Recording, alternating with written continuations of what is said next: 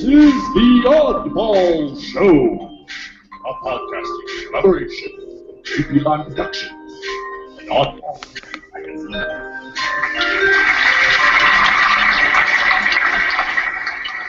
Earthlings, Martians, and citizens of Uranus, greetings and welcome to another edition of the Oddball Show podcast. I am your forward prefect of this intergalactic journey, so if you need anything at all at any point during our cast, just stick out your thumb. My name is Prof, and I represent the Boston hip-hop entity known as JP Live Productions. My partners in this podcasting wasteland are the two poetic pimps responsible for Oddball Magazine, editor-in-chief and founder of Oddball, the most jagged of thinkers, Mr. Jason Wright. Poetic pimps. That's nice. You like that one? That was pretty good, right? I love your intros every time. It's like, what's he gonna say next? Thanks, buddy. The Black Knight of Norton, the Marauders of whatever. I forget. Black Knight of Norton was one of my favorites. Yeah, my wife goes, "Ha! The Black Knight of Norton." She can hear the podcast. Well, welcome, buddy. Welcome to the podcast. Hey, everybody, welcome. We're excited. I'm excited. So let's kick this off and let's introduce. Cool. An associate editor of the magazine and host every Monday night of the Stone Soup Open Mic in Cambridge, Mass. Please welcome the one and probably the only Chad Parento. Thanks a lot, everyone. Good to have everyone here. Good to have everyone listening. And our guest tonight is an acclaimed filmmaker whose 2014 premiere film chronicles the 2012 presidential campaign of political maven Vermin Supreme, who, by the way, we haven't talked about this, but took fourth in this year's New Hampshire primary with, I think, like 250 votes. I mean, he's got a support system out there. His upcoming sophomore release, Save the Planet, Kill Yourself, explores the philosophy of the Church of Euthanasia, a Boston-based group dedicated to saving our ecosystem through population reduction. His tastes and subject are refined, his creative curiosity insatiable. Please give a warm Oddball welcome to Steve Unrick. Thank you very much, guys. It was very kind. Thanks for being here, man. We really appreciate it. Oh yeah, it's good to be here. I'm just sharing the podcast, the live podcast, on the Facebook pages of the two movies right now. Excellent. So yeah, it's good to mention that we are broadcasting both at jpnineproductions.com and oddballmagazine.com, but we're also, because of the magic of YouTube, broadcasting on our Facebook page, our Twitter feed, not Instagram, but on our other social media networks. So please tune in and share at JP Lime, at Oddball Magazine, and Steve, what's yours? At Steve Onderick, right? Oh yeah, that is my Twitter. I honestly don't tweet very much, but yeah, that's it. All right, cool. It's the whole thing, Steve. I hate it. Instagram's for young punks, anyway. For young punks. What about Snapchat, Chad? You on Snapchat? My girlfriend's daughter's on Snapchat, and that's about all I know. Hashtag, all I know is that she makes faces in front of the phone, and then apparently that's her new form of communication. Hashtag Snapchat. Yes. What is Snapchat? Is that meta? I have no idea. It's kind of meta. That was a little bit meta. What's the meta? All I know is that she makes faces, take pictures, send them. She's like an ongoing wall mural of her own making. It's amazing to see. Snapchat is funny. They have crazy filters. The one I saw today, somebody came in and showed me, was you pointed at a face and it turns your face into Madonna and it plays Vogue. Just every face you see, it'll just click and that's Madonna, and now it's playing Vogue. I had one where I looked like my mom and I had to throw my computer away. And I looked like my mom and I was scared and I was like, oh god. And I quit the internet. The internet broke that.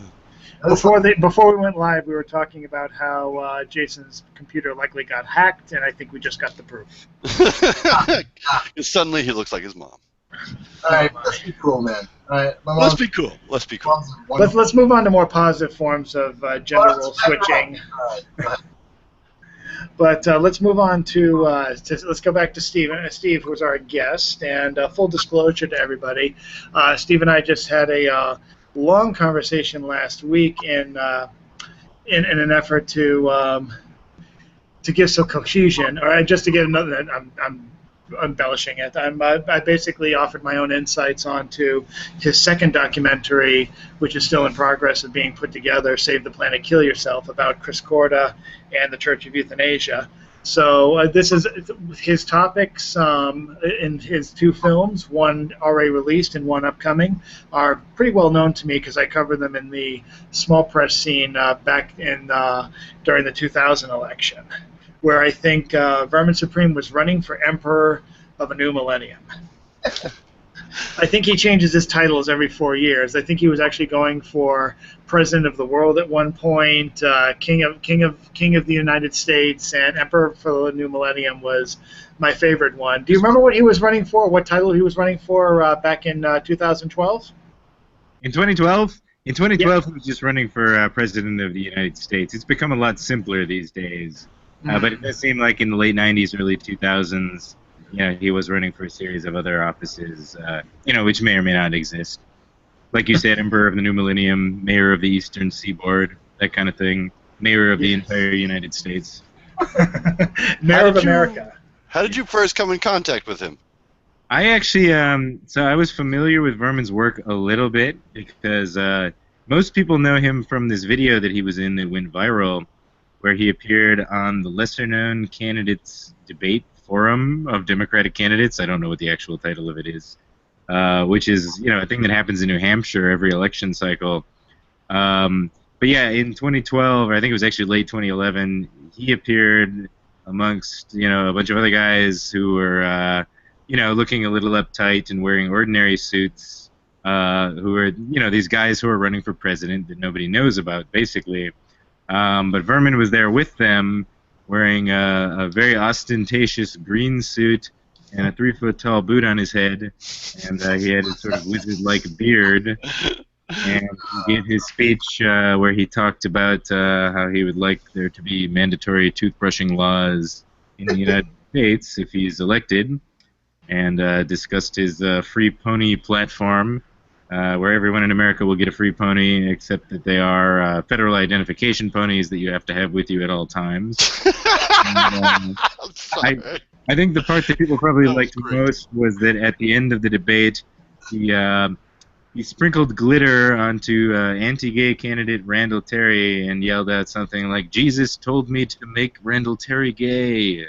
Awesome. And so I had seen him there. For those who don't know, the two constants to Vermin Supreme's campaign is his outfit, which usually includes a very large boot he wears as a hat, and his toothbrushing campaign, his toothbrushing platform, which back in 2000 actually included, or may not have included, the plans to genetically alter monkeys to have wings and become mandatory tooth fairies. Yes, the secret dental police plan. Yes. I mean, he's added a couple more platform positions to it. I know that zombie readiness is one. That's right. There's one other one too that can't Time quite put my travel. finger on. Time What's travel that? research. Well, Yeah, that's it. Oh, that's what it is. Yeah. He says that he's going to go back in time and kill the infant Hitler before he's even born. Which, by the way, they asked Jeb Bush, I'm pretty sure, in this campaign. Once I think Vermin had made that statement, they asked Jeb Bush what he thought about it. He was like, "Oh hell yeah, do it." Yeah, and maybe Ben Carson too. There were a couple of different, I think, Republican politicians who were asked about this, killing baby Hitler or aborting Hitler question.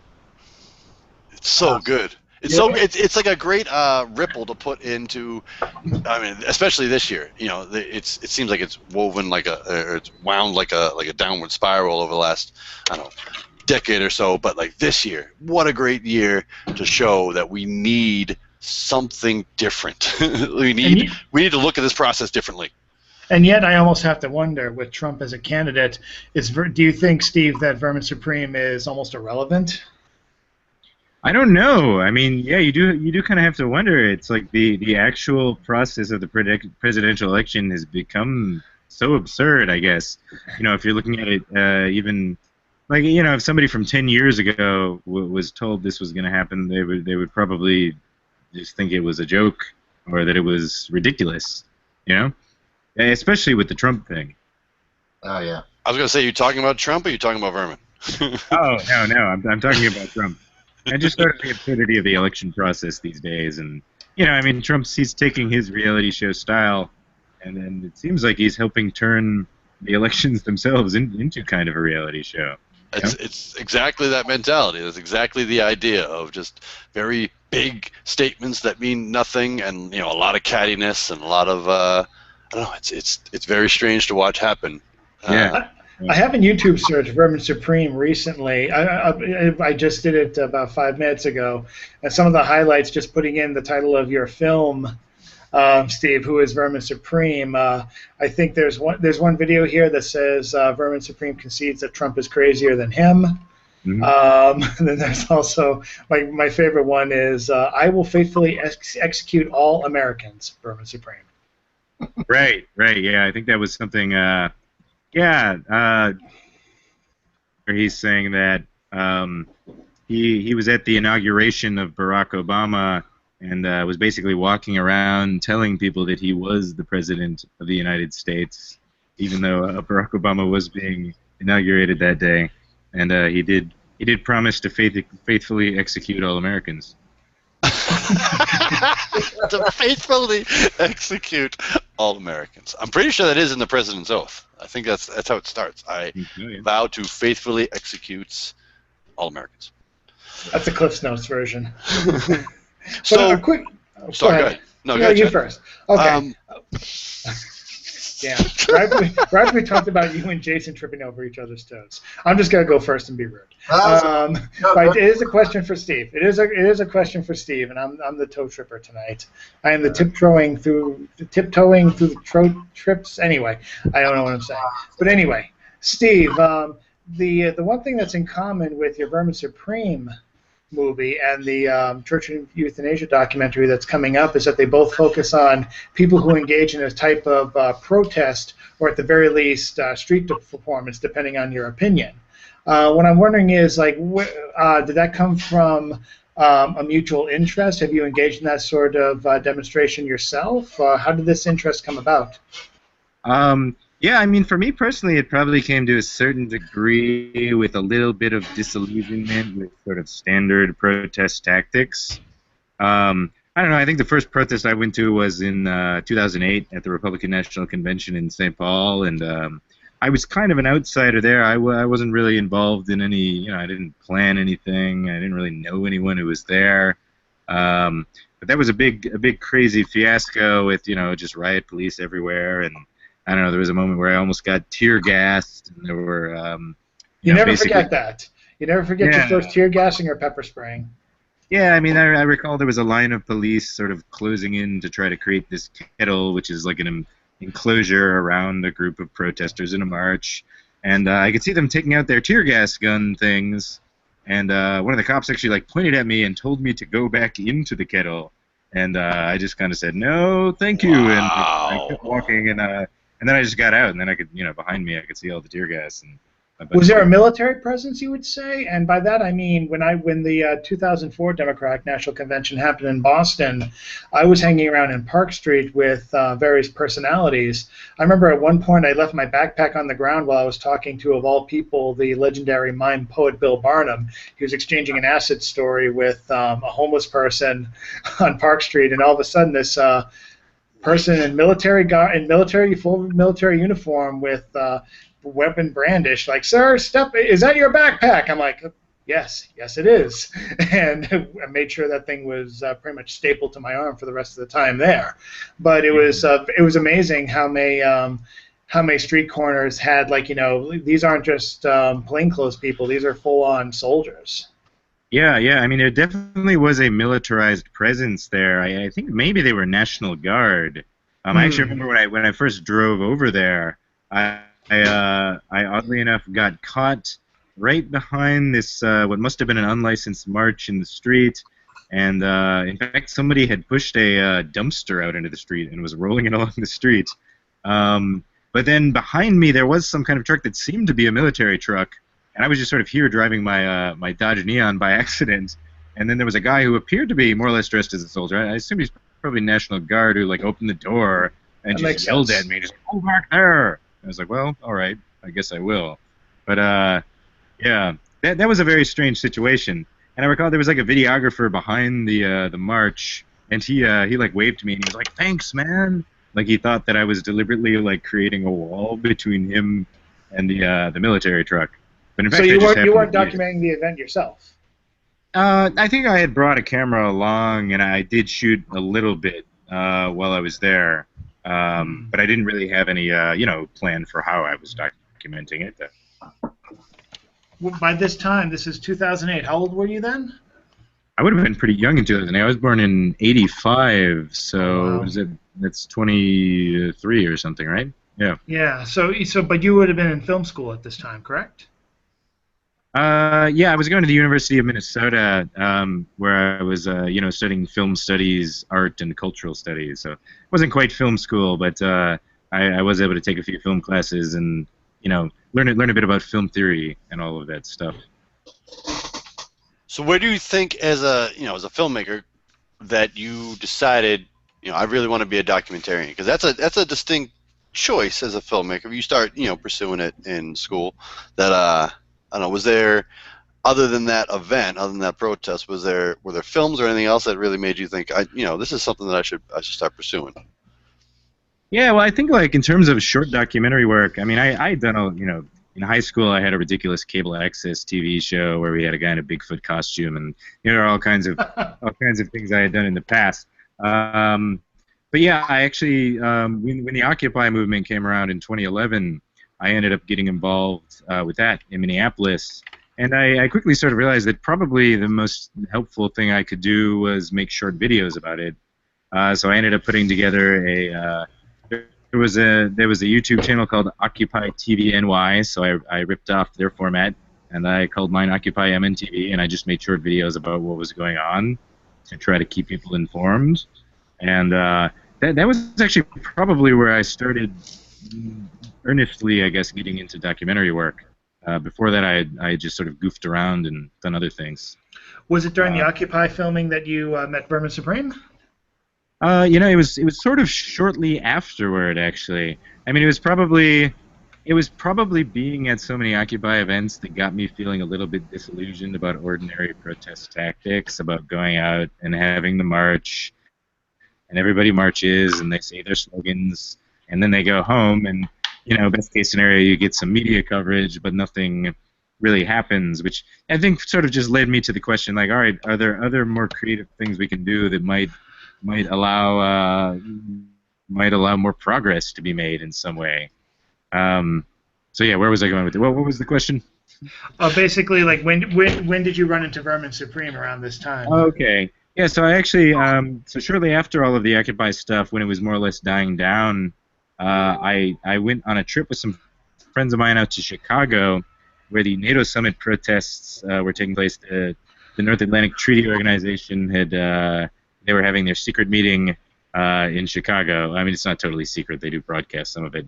But that was going on, and then there were, a lot of people who came out to protest that, more or less because NATO and the U.S. government together have sort of administered, various wars, right?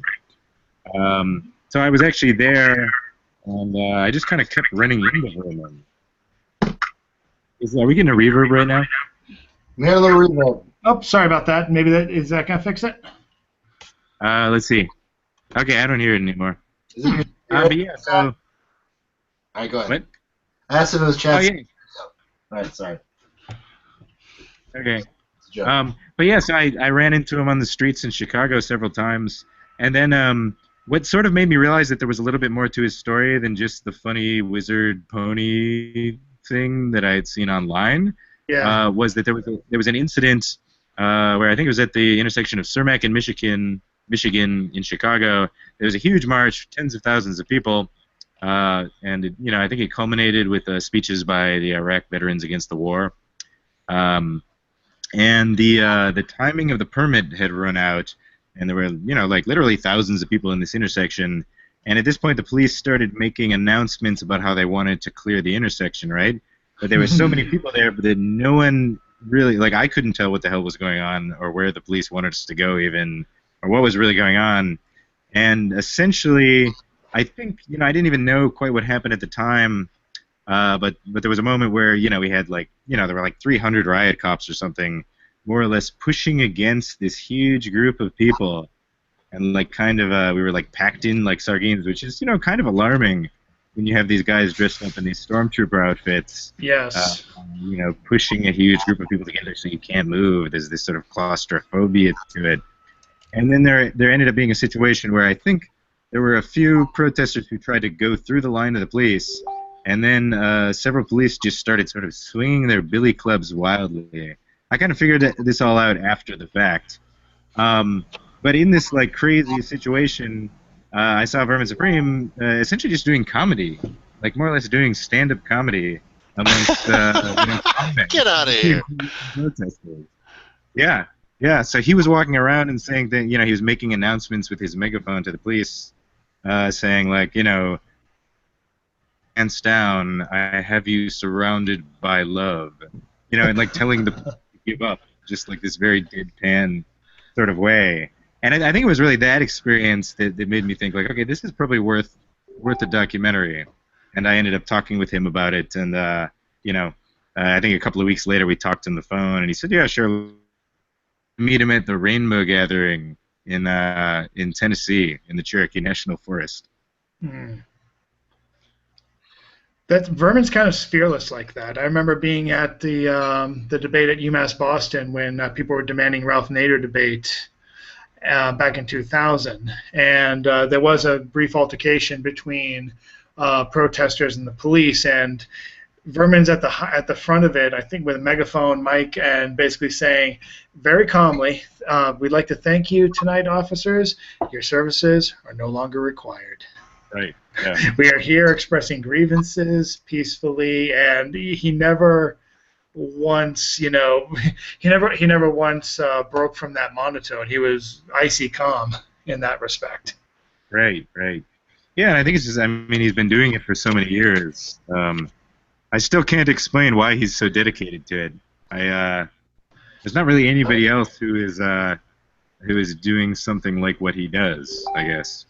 Well, I think that was kind of a question I wanted to ask. If you could phrase it correctly, what do you think his ideal is? What is it that he's appealing to? But sometimes I'm not sure if he himself knows. Yeah. That said, if you get to know him and you ask him about it, he'll generally say, I'm a social anarchist. More or less, he's opposed to unchecked authority.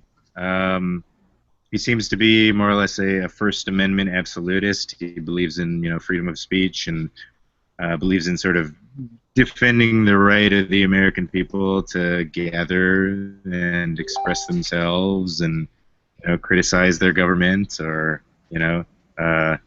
petition for a redress of grievances.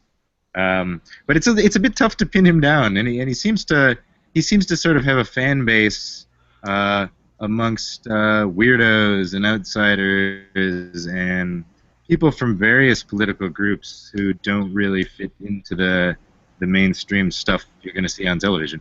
Yeah, it's kind of like a band or an art movement kind of draw that you can't quite pin it down, but I'm sure his followers or his fans would they're pretty ardent. They would be able to not necessarily put into words, but definitely I don't know.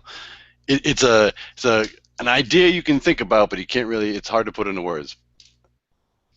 Yeah.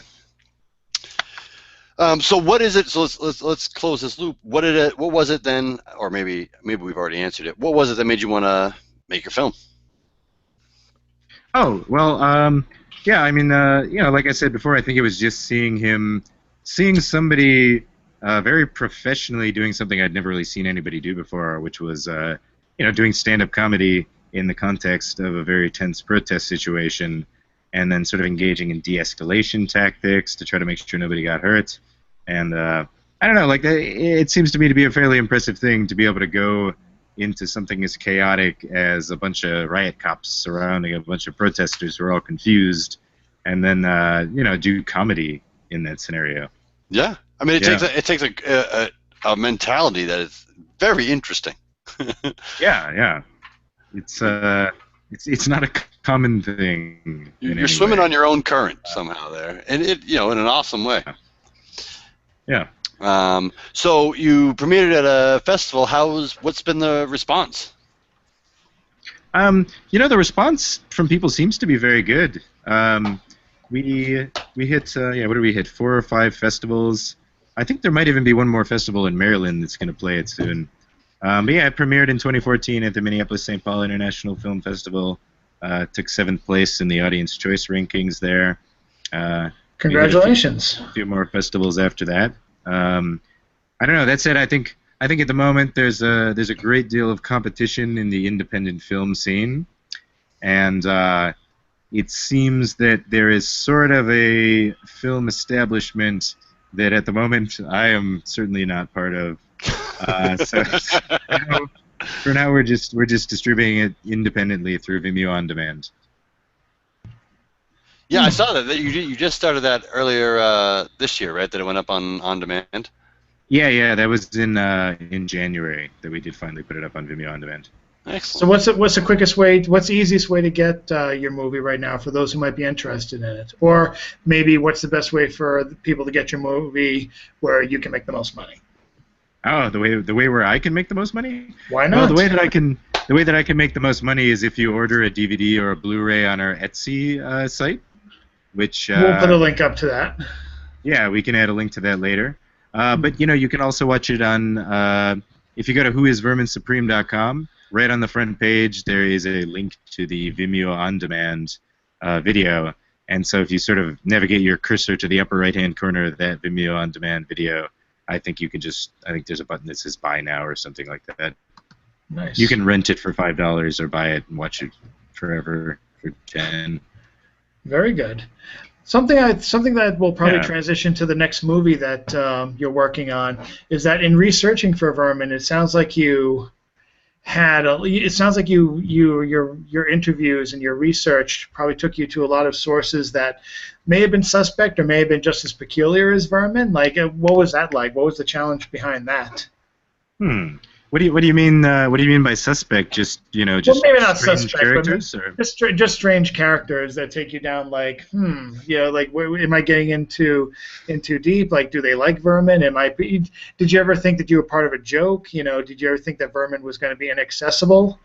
I remember talking to him about anything that didn't have somehow loop back to what he was doing at the time or his dentistry program. Well, he was pleasantly enigmatic to me. Yes. To a certain degree, I always have sort of felt like there is a private side of Vermin that he's very good at keeping private. But it's the kind of thing where you can ask questions, you can probe, you can see what people want to talk about, but sometimes you just have to let the private side of things remain private, and the more public side become public. But the interviewing process, I think, for me, it was there were a lot of tangents that happened. There were a lot of sort of rabbit holes that I went down.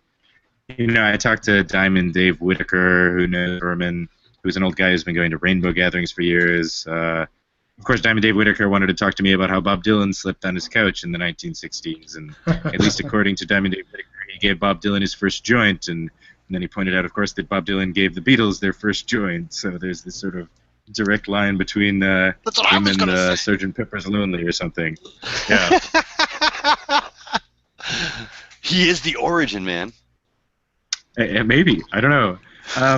So there was that, and then, of course, and a few other interesting characters. And then, of course, also, Vermin had said, like, well, I don't know, if you want to, you can go talk to these folks who are from the Church of Euthanasia. And in fact, like, when I first met Vermin, he did not mention the Church of Euthanasia to me. I ran into a friend of mine out in Minneapolis, Joe Gawana, and I brought up that I was making this documentary about Vermin Supreme, and he got very excited. He's like, Vermin Supreme from the Church of Euthanasia? And I basically had to say, like, what? What are you talking about? What is that? And then I looked at the website. And, well, Vermin's not really photographed on their website very much. I think there's a shot of him in a black mask holding a squirt gun that's shaped like a penis. Who doesn't have one of those? I mean, seriously. This is Vermin's dark side. Usually he's referred to as Vermin X. Right, yes. So long story short, through the process of making Who is Vermin Supreme, I ended up doing a few interviews. here in Boston with some of the key members of the Church of Euthanasia. And, you know, a lot of it kind of took me by surprise. I mean, it was an incredibly weird thing to encounter at first. Like, you know, my first reaction is like, what the hell is this? You know, I've got this guy telling me about their, you know, I guess satirical suicide cult performance art project. Yeah, satirical where- suicide cult. That is such a Yeah. what an awesome idea. A satirical suicide cult. Yeah. Which so let's, I don't want to cut you off, but let's do, that's a perfect break point because I want to save that for our second segment, Okay. where we'll jump right into. We'll give our listeners a little background on what the Church of Euthanasia is. It's absolutely fascinating, and then you know, dive into. That's an awesome link that Vermin linked you with the Church of Euthanasia. That's I didn't realize they were. Oh, it's almost like the first one and then the sequel. In a way, yeah. Yeah, not a direct sequel, but a related piece, with a link. Yeah. All right, so let's do this. Let's break for what's going on with JP Lime and Oddball Magazine, and we'll come right back for that second segment. Oddball, you guys want to kick it off? You want me to? Why don't you go ahead, Prof? What's going on with JP Lime? All right. Well, the Oddball Show is made up of two entities. One is JP Lime Productions, which is a hip-hop group and a production company, and you can find us at jplimeproductions.com. This week, we are still running our special on my review of Suicide Squad. I saw it early last week, and much like anybody else who saw it, my review wasn't great. So we're pushing that a little bit. You should go see it at some point. I just don't know if you should go see it in the theater. It's worth seeing as part of, if you're a big comic book movie fan. It's still disappointing.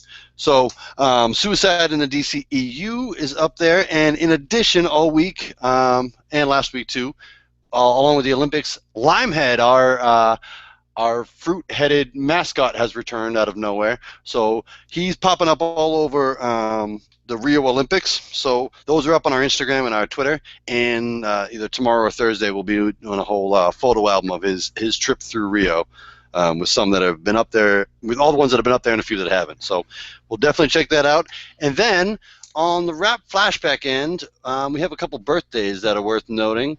On Thursday, I happen to share a birthday with Master Killer from the Wu-Tang Clan and Everlast.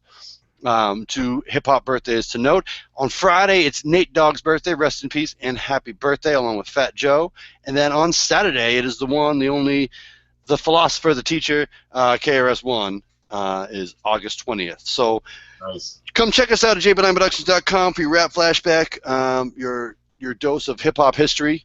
We do a monthly segment, monthly video segment, and then we'll put up little text pieces, you know, happy birthdays and other album notes, just to give you a little taste of what's been going on in the past on this day in hip-hop history. And that is your week at jplimeproductions.com. Prof, I gotta tell you, man, it sounds like the DC universe is striking out big time lately. They really are, man. They started strong with Man of Steel. I really like Man of Steel. It has some problems, but it's a good movie. And then from there, they just shit the bed. Yeah, I don't know. You have all these great characters and great actors in Suicide Squad, but not happening. I don't know. And for DC Comics, Dark Knight is my favorite comic book movie. It is an awesome movie. I watched it the other night after watching Suicide Squad, and I went, what the fuck? This movie is so good in so many different ways. Every way that other movies are bad, this one is good. And it's not DC versus Marvel. It's that, you know, Zack Snyder sucks and David Ayer sucks. Yeah. I don't know. They're fucking up. What was it, Chris Nolan? Chris Nolan who directed? Yeah. Christopher Nolan? He did the first three Batmans, and they were awesome, except for Dark Knight Rises. You know, sucks. But he was really good. Chris Nolan is awesome. How can you change Christian Bale to Ben Affleck? Really? Come on. See, Ben Affleck is not even a problem for me in Batman vs Superman. There are so many other things. Yeah, I know.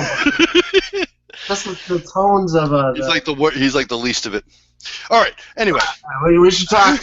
that's a whole nother show. I'll do a whole podcast where I won't even let you guys talk, and I'll just talk about comic books.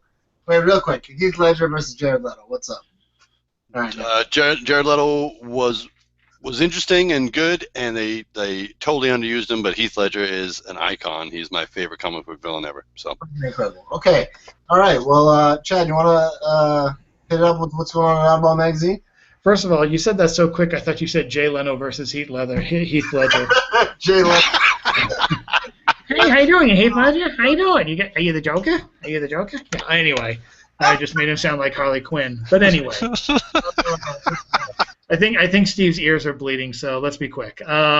We have a lot going up already on Oddball Magazine. We've already released The Odds by Bill Harvey on Monday. We had Junkman Radio debut their 5th episode, which is actually focusing on. First of all, he's partnering up with another podcast.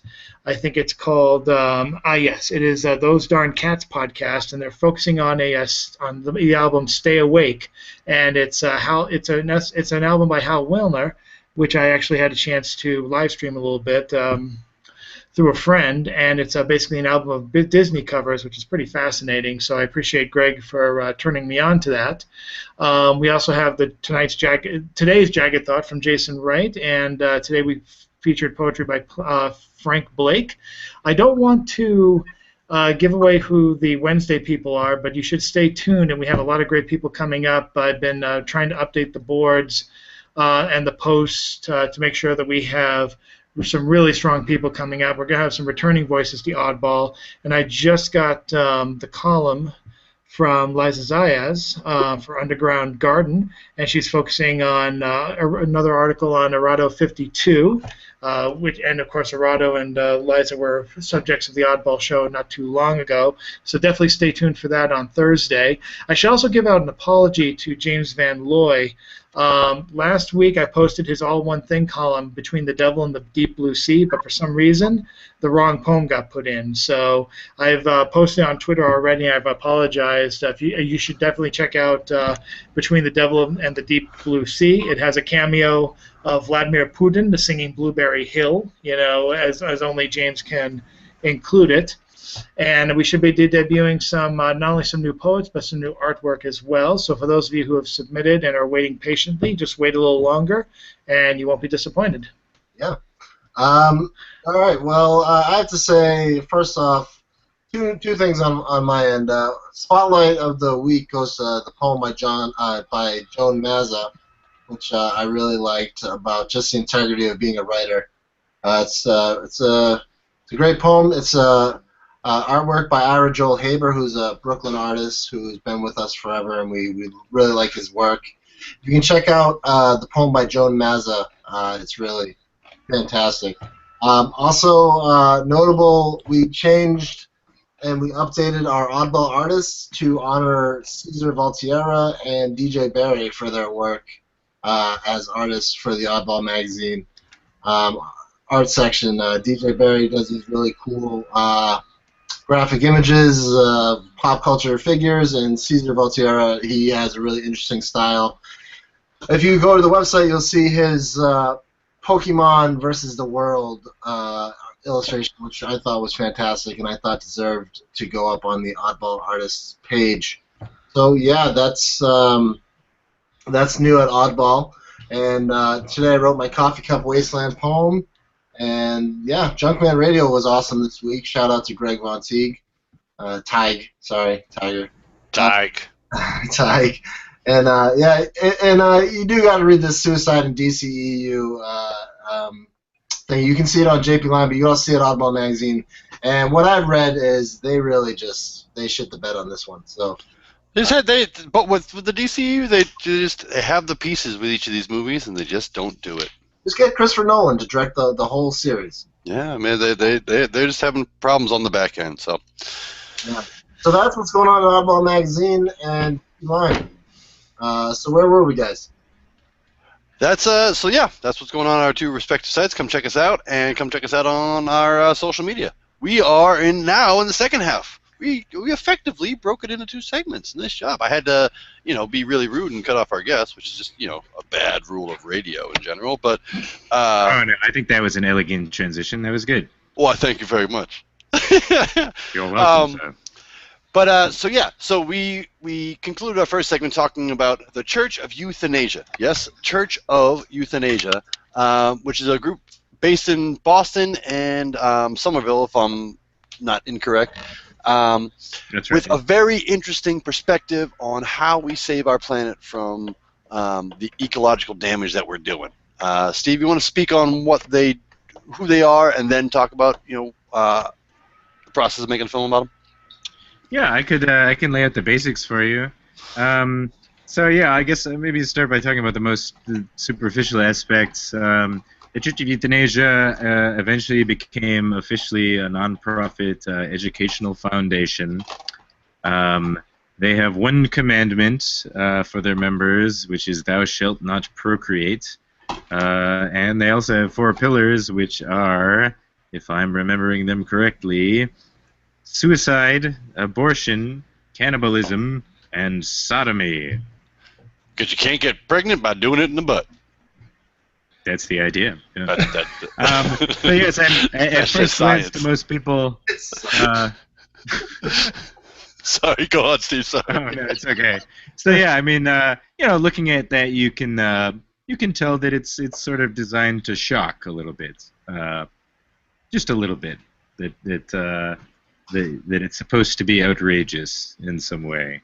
But the grander scheme seemed to be engaging in really bizarre sort of performance art interventions in everyday reality to sort of upset the daily norm, provoke cognitive dissonance in witnesses, and try to get people to think mostly about environmental concerns a little bit more.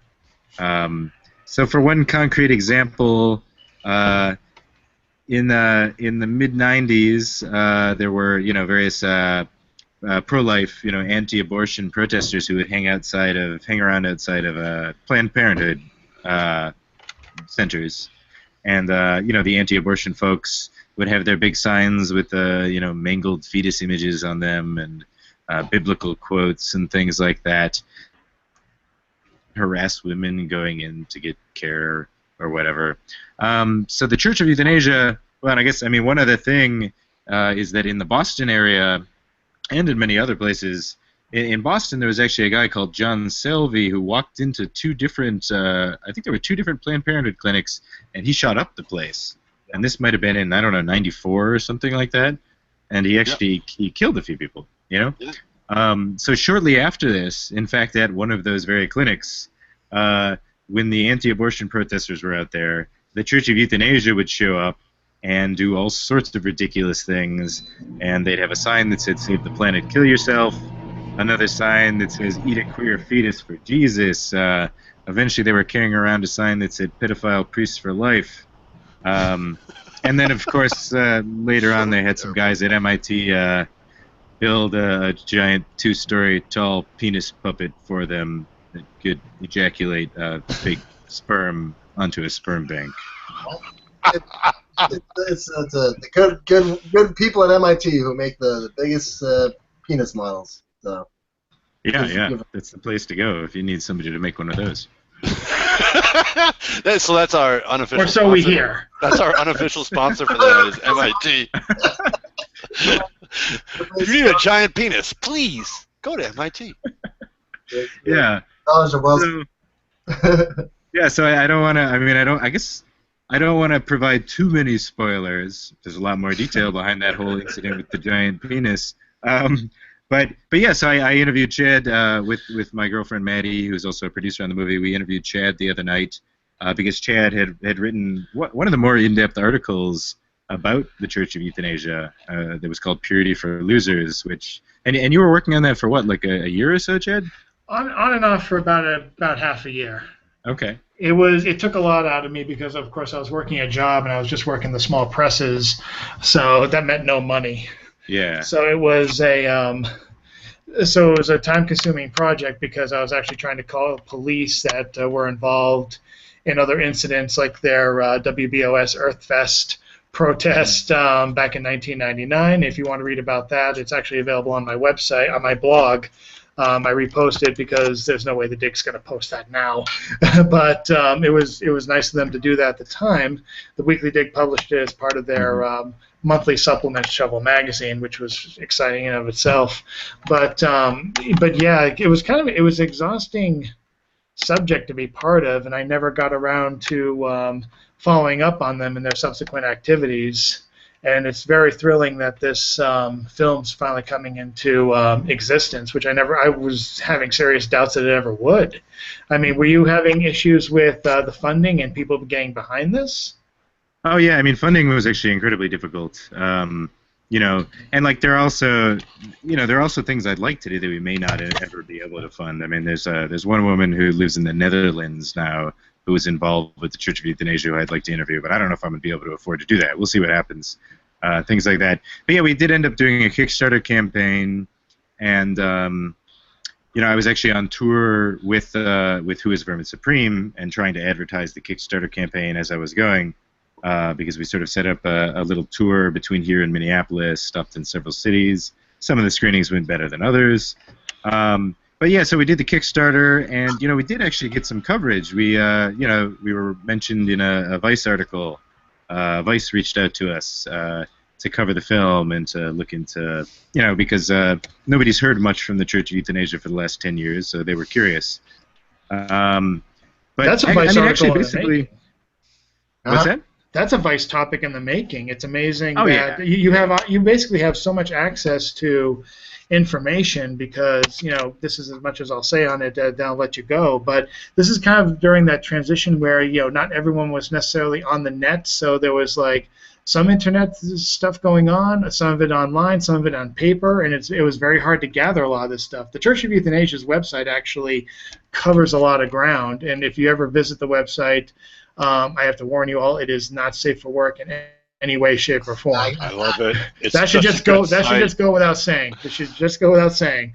But some of this stuff and some of these activities have kind of been, you know, kind of lost in the ether in the transition from like the 20th to the 21st century. You know, things got like left behind. So I think it's great, Steve, that you're trying to pick all of this up.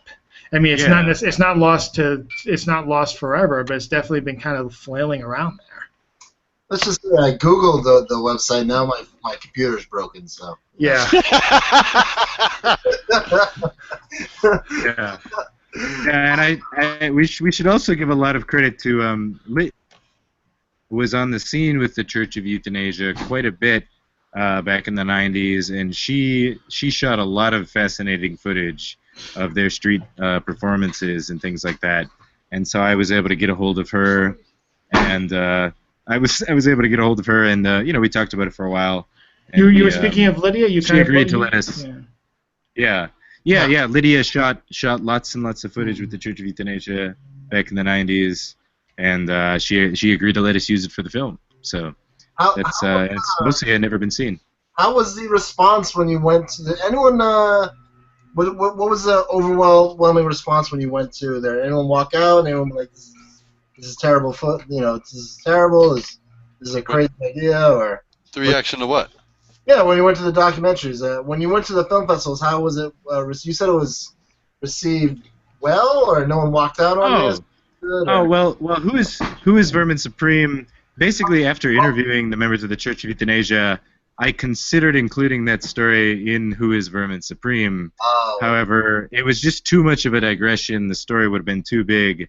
I mean, most of what Vermin does is much more whimsical than what the Church of Euthanasia was doing, which is really dark, sort of black humor. Right. So yeah. You just got your Kickstarter completed. So has the film? Yeah. Has the film been made yet, or are we in production? Oh no, we're still in the production process. We're still conducting interviews and starting on the editing and stuff like that. Has the church been pretty accessible? Have you been able to interview everyone involved with the church, the person who started it? Yeah. So the church has mostly been accessible, more or less because I did do the documentary about Vermin Supreme, because I met them in the process and they got to know me a little bit and saw the kind of stuff I was doing. The church was founded by Chris Korda. Who who was born male and did a lot of experiments with gender in the early 2000s, or sorry, in the early 90s, and was involved in I think drag shows in the Provincetown area, and anyway, so he would cross dress, and he was transgender in some sense, and he he then claimed to have had a dream in which he was contacted by aliens from another dimension who speak for the planet Earth, and that they asked him why Earth's leaders lie to the population of Earth, and told him that the ecosystem was failing, and then told him, save the planet, kill yourself. So that is, at least according to the legend, the inspiration behind the Church of Euthanasia. I think it's fascinating in its depth. It really is, and it's like it's as a philosophy, it's pretty concrete. Like, we are killing the planet, so what do? You can't just stop. You can't get zero population growth. You got to somehow kill people. Like their website is totally fascinating to me. Like it's I was trying to describe it to Jason today. Like, it's some kind of deep satire, but there's like truth in it. There's like there's a depth to it that's pretty fascinating. So I'm eager to watch your film for both as a supporter and as like I want to know more about them. I want to know, is it considered satire? The general. Yeah. What's that? I'm wondering if this is considered satire or is this a serious movement? Well, I mean, to be honest, that's slightly in question. I think the vast majority of people involved absolutely thought it was satire. I think for the most part it is satire. Then again, the website did explicitly tell people to kill themselves. Yeah. And, there was one case where allegedly a woman in Missouri, she did take her own life and left the website open. I don't want to talk too much about that right now because I don't have much information on it. Of course, it'll be addressed in the movie, but I guess I don't want to speculate too much. On a lighter side, not a lighter side. I mean, it's not a light topic, but it is a band. Have you ever heard of Camp Kill Yourself, and are they somehow related to this movement? What band? There's a band called Camp Kill Yourself. It's CKY. It was a bunch of skateboarders. Bam Margera's family, brother, or something, or someone in the band was Camp Kill Yourself. It was a band. I had a couple of their albums. Pretty good. I don't think they're actually related in any real way, Jason. I don't know that. Chris Corda makes his own music too, so I don't think he would license his work out to the band. That's a pretty good band, though. You should see them. Pretty tight hooks. Anyway. Well, there's a band called Elvis Presley, I think, that released a song called "Save the Planet, Kill Yourself" in homage to the Church of Euthanasia. But of course, Chris Corda, who founded the Church of Euthanasia, also has a song called "Save the Planet, Kill Yourself," and it's it's like it's early techno music. Yeah. And his career actually took off quite a bit. He was really big in Germany for a while. He had the Kevorkian Records. Yes, I think that was his record label, was Kevorkian Records. Now, can you catch any of his stuff online? Music? Oh, the music? Yeah, I think there are a few of the tracks. I think if you just look up Chris Corda on YouTube, you can find a few of those tracks. Yeah. All right. Sorry. That's how my mind goes. I went to music, and it's the whole thing. So yeah, go ahead. Steer it back, Prop. I got you, buddy. No worries. Right. It's always good to catch a little side information about what the people involved. But what I really want to ask, Steve, is what's the plan for the film, and then what's a two-part question? What's the plan for the film? I know that you're projecting next year, and then what do you got next on the horizon? What are you trying to do next? So yeah, we're hoping to have the film about the Church of Euthanasia, "Save the Planet, Kill Yourself," is our tentative title. It may remain our title. We'll see what happens. We're hoping to have that done by sometime in 2017, and then after that, I'm actually not sure yet. I've got a few different ideas that have been floating around in the back of my mind, but yeah, for now, I'm not sure what's next. I'm just working on trying to tackle this one now because it's a pretty big task. I mean, we did actually. I set up a preliminary interview with Chris Corda, who founded the Church of Euthanasia, and I think we ended up shooting over 3 days, and I think we did about 12 or 13 hours of an interview. So essentially, we've got a lot of information to go through, and there's a lot of editing to be done, and a few more interviews to do. So.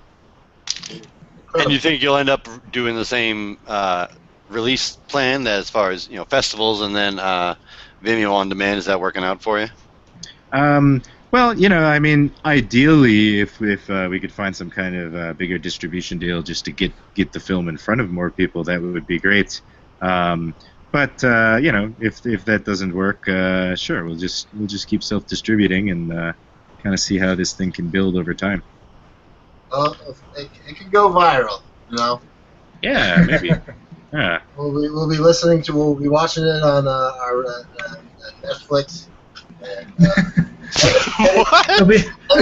Yeah, you never know. Just listening right now.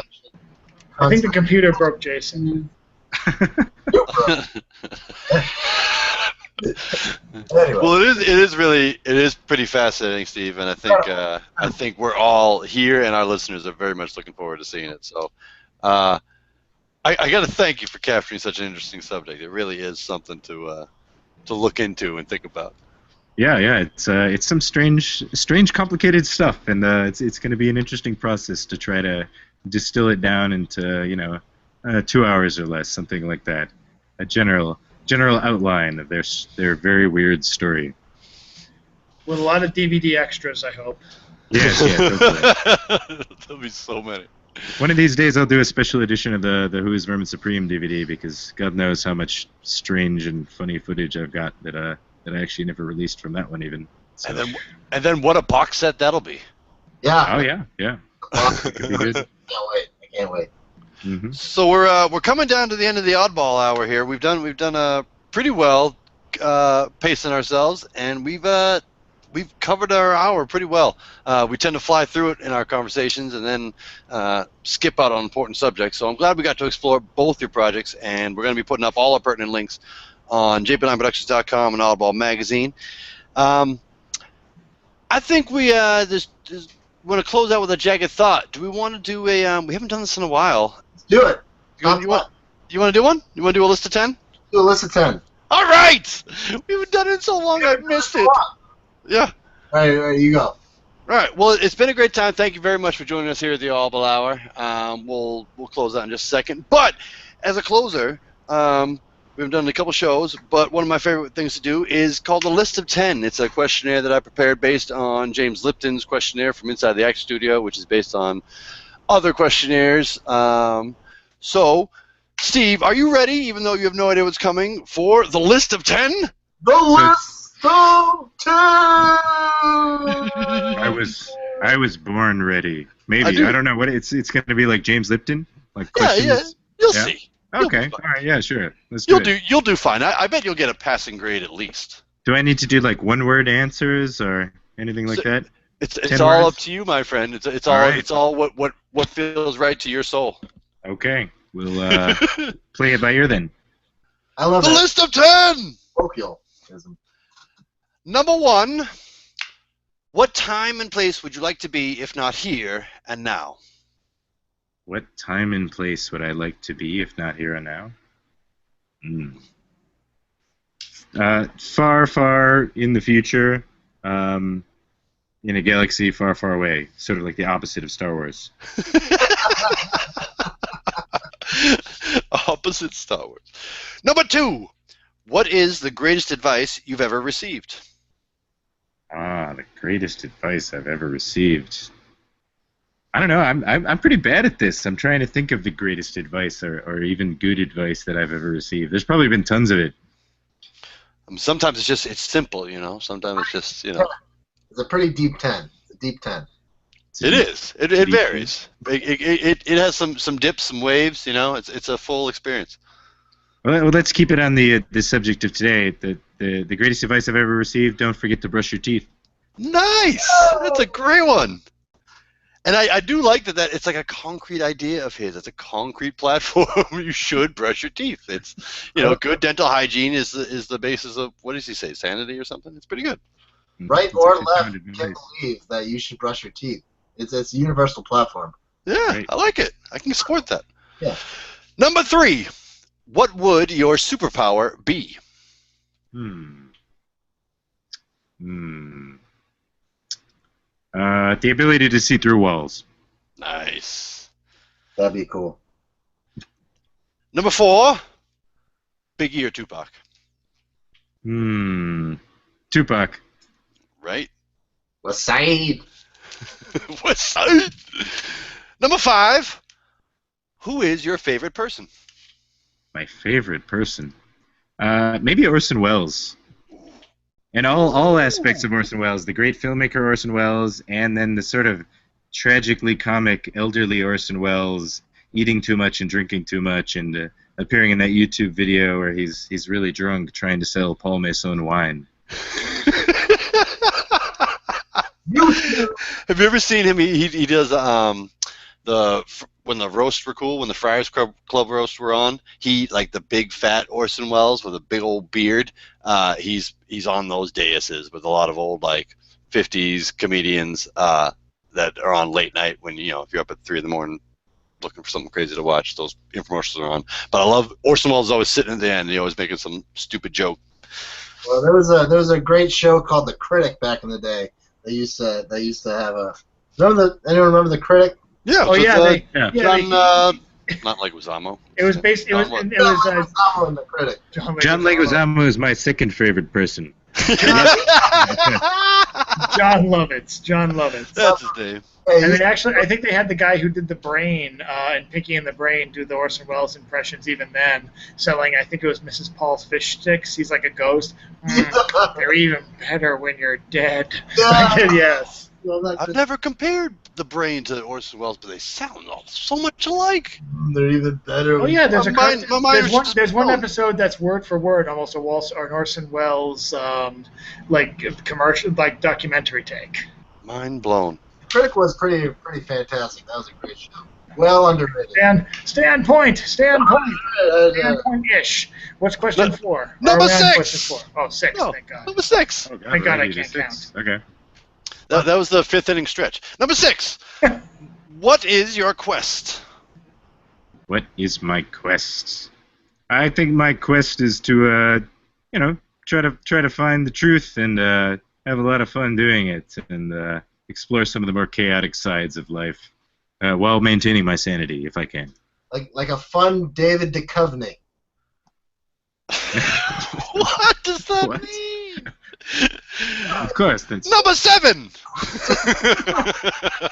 Number 7. Fill in the blank. All you need is blank. a really cool hat. Good answer. Cool. Number 8. Rock, paper, or scissors? Tough one. It is a tough one. Scissors, I think. All right. It cuts deep. I only say that because when I actually play rock, paper, scissors, I almost always choose rock. So Ooh, so you're trying to hoping outthink yourself? I'm just hoping to throw people off the scent if they become it. That was very tactical. I see what you just did there. I like that. Number 9. What do you want to be when you grow up? Oh, I don't know. I don't want to. I don't want to ever grow up. Who needs to do that? Excellent. There you go. And number 10. If heaven exists, what would you like to hear St. Peter say when you reach the pearly gates? Oh, that actually is from Yes, it is. Inside the Actors Studio. Plagiarism. The only one I kept. What's the name of the guy from Inside the Actors Studio again? James Lipton. Yeah, I would like him to say, "Come with me. James Lipton is back here." Woohoo! Good one. Although you are kind of hoping that he's dead before you, which, age-wise it makes sense, but it's a little malicious. Good chance. We don't know how heaven works. James Lipton. We don't know how James Lipton's works. He could be alive down here. He could be in 2 different realms at the same time. That was pretty deep, man. Yeah, I never really considered that. He could be a multi-dimensional being. I mean, he has the energy for it. He got the charisma. He's got the gravitas of a multi-dimensional being, I think. I think so too, man. Yeah. He goes deep. Yeah. He really cuts into the actor's soul of superficialness. Yep. I'm sorry, I have a thing with him. I don't know. It's just he never asked me to be on his show, and One day, man. One day. It'll come. Inside the Actors Studio. One day. Well, it's been an excellent hour here at the Oddball Show. Thank you all for joining us. Steve, thank you very much for your time. It's been excellent to have you here, and we very much look forward to having you back after the film is out to hear how it went and hear how the response goes. So thank you very much. We appreciate it. Mm-hmm. When the and film thank you so much for having me. When the film debuts in 2017, that will bring back 10 questions just for you. You'll be a superstar by then, and we knew you when. Right. We knew you back when your 10 questions answers were totally different, and You're speaking from a whole different perspective, man. Whole different place in life. Everything has changed. You've changed, man. You've changed. So come find the Oddball Show at jplineproductions.com and at oddballmagazine.com. We're also on SoundCloud, so look for the Oddball Show, and on iTunes. On iTunes. We are on iTunes, so come find the podcast there, and definitely come check us out on our social media networks at JPLime, at Oddball Magazine, on Twitter and Instagram. We're very active, so come be a part of the Oddball Show movement, please. And thanks for joining us tonight. To close out the show, Mr. Jason Red, you want to deliver a jagged thought for us? I do. Steve, really, seriously, thanks for being on the show. It was a lot of fun having you on the show. Yes, thank you so much for having me on, guys. This was a lot of fun. It was a great talk, and I can't wait to see that documentary. All right. Well, I'm going to close off the show with my jagged thought of the week. It is 137, jagged thought 137, Coffee Cup Wasteland. In the trenches I contemplate my day. Sip and think, sip and think, sip and write. This world is stunning. Sip and write the news. It's all bad, but my coffee is great. Sip and think, sip and think. I look at the surface of my ceramic cup. Welcome to Las Vegas. Sip, drink, sip, drink. This world is a wasteland, I think to myself. I take a sip and scratch that. Without coffee, I add. That was Jagged Thought 137, Coffee Cup Wasteland. And, yeah, check us out. Thank you for the snaps. I really do appreciate it. And we're out. So till next time, we'll see you at the Oddball Show every Tuesday. And you can check us out on iTunes. All right? Take care. See you later.